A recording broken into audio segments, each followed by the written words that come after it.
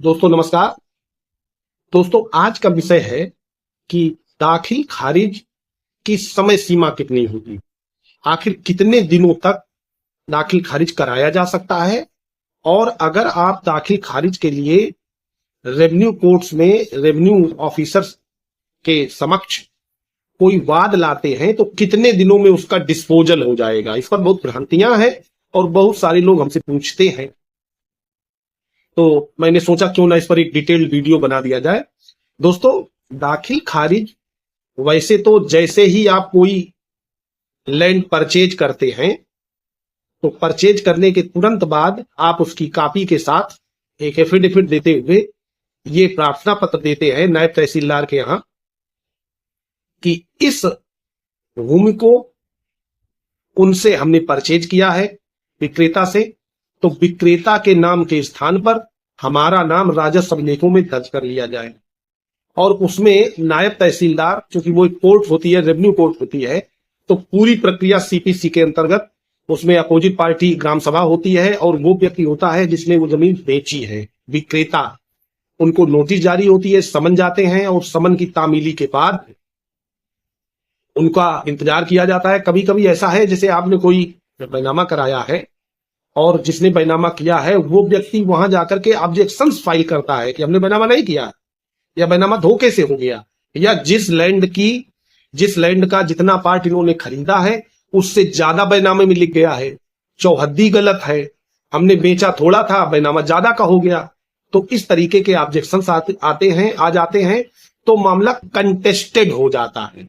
Contested का मतलब है दोनों पक्ष अपनी अपनी बात कहने लगते हैं और तब उसमें ट्रायल शुरू होता है। दोनों पक्षों का साक्ष्य लिया जाता है और साक्ष्य लेने के बाद दाखिल खारिज का कोई आदेश होता है या मामला रिफ्यूज हो जाता है, मना कर देता है रेवेन्यू ऑफिसर कि हम ये दाखिल खारिज नहीं करेंगे, इस कारण से नहीं करेंगे। तब उसकी अपील होती है और वो प्रक्रिया अलग है।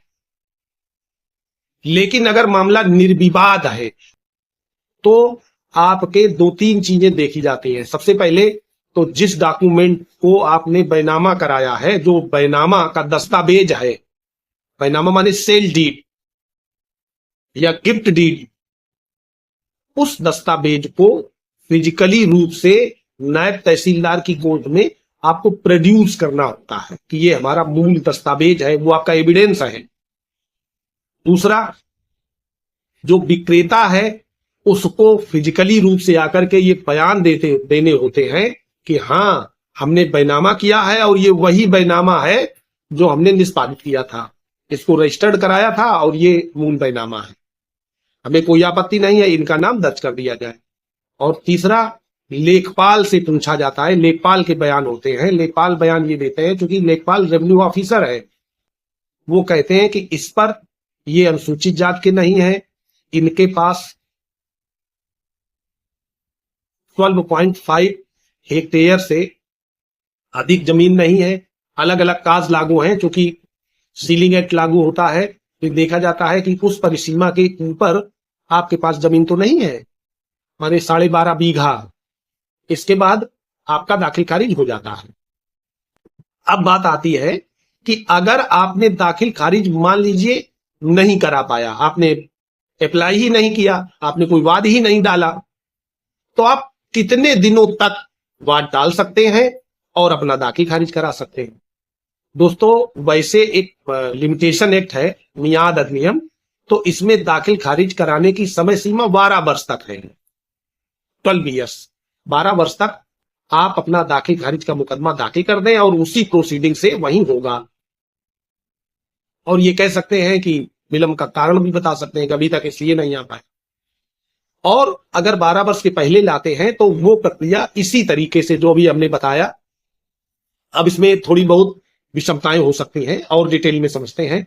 आप मुकदमा दाखिल करते हैं नायब तहसीलदार के यहाँ, शपथ पत्र पर अपनी फोटो लगा करके, बैनामे की सर्टिफाइड कॉपी या फोटो कॉपी, और मूल एक खतौनी दाखिल करते हैं कि इस खतौनी में इस नाम से इस नाम पर आना है।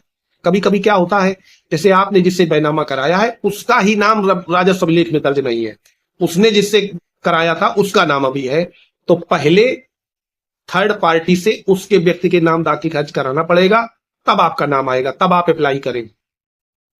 तो बहुत सारी छोटी छोटी पेचीदगियां होती हैं वो करने के बाद उसमें आप एविडेंस देंगे। एविडेंस में यही होगा कि विक्रेता के बयान होंगे, लेखपाल के बयान होंगे और ग्राम सभा का नो ऑब्जेक्शन आएगा, माने उनको समन तामील हो जाए और तामील के बाद वो नहीं आते हैं तो माना जाएगा कि इनको कोई ऑब्जेक्शन नहीं है। इसके बाद दोस्तों आपका ऑर्डर हो जाता है। अगर आपका 12 वर्ष से अधिक का समय हो गया है और आपके पास कोई बैनामा मौजूद है तो अब दाखिल खारिज के लिए प्रक्रिया है, आप हक की उद्घोषणा का वाद लाएंगे। दाखिल खारिज का मुकदमा सीधे नहीं लाएंगे, आप तहसीलदार के यहां एक अपने अधिकारों की घोषणा का वाद लाएंगे। उसमें ये कहेंगे कि जिस लैंड पर हम पोजीशन में हैं वो हमारे पक्ष में बैनामा है और इतने लंबे समय से हम यहाँ काबिज हैं, क्यों ना इसमें रेवेन्यू रिकॉर्ड्स में हमारा नाम दर्ज कर दिया जाए। तो रेवेन्यू रिकॉर्ड्स में आपका नाम दर्ज हो जाएगा और उसमें भी पूरी प्रक्रिया होती है, क्योंकि उस जगह पर जिसका नाम पहले से है, अब जैसे पहले से किसका होगा ये भी समझ लीजिए। जैसे आपने जिस व्यक्ति से बैनामा कराया था उसका नाम अभी एंट्री है और आपका बैनामा आपके पास है लेकिन आपका नाम नहीं आया है क्योंकि दाखिल खारिज हुआ नहीं था। तो जब आप हक की उद्घोषणा का वाद दाखिल करेंगे तब आप किसके खिलाफ करेंगे? उसी व्यक्ति के खिलाफ जिसका नाम खतौनी में एंट्री है, उसको पहले सुना जाना चाहिए। क्योंकि रेवेन्यू कोर्ट मैनुअल में जो रेवेन्यू मैनुअल है ये पूरे संपूर्ण भारतवर्ष में नियम लागू है। उस व्यक्ति को सुना जाना बहुत इंपॉर्टेंट होता है जिस व्यक्ति का नाम रेवेन्यू रिकॉर्ड से हटाया जाना है। अगर वो व्यक्ति जीवित नहीं है तो उसके लीगल हियर्स माने वैधानिक प्रतिनिधि या उत्तराधिकारी, उनको आप पार्टी बनाएंगे, उनको सुना जाना चाहिए। वो अपनी बात तो बताएं, क्योंकि उनका नाम हटाया जा रहा है। इसमें ग्राम सभा भी पार्टी होती है और लेखपाल के बयान होते हैं।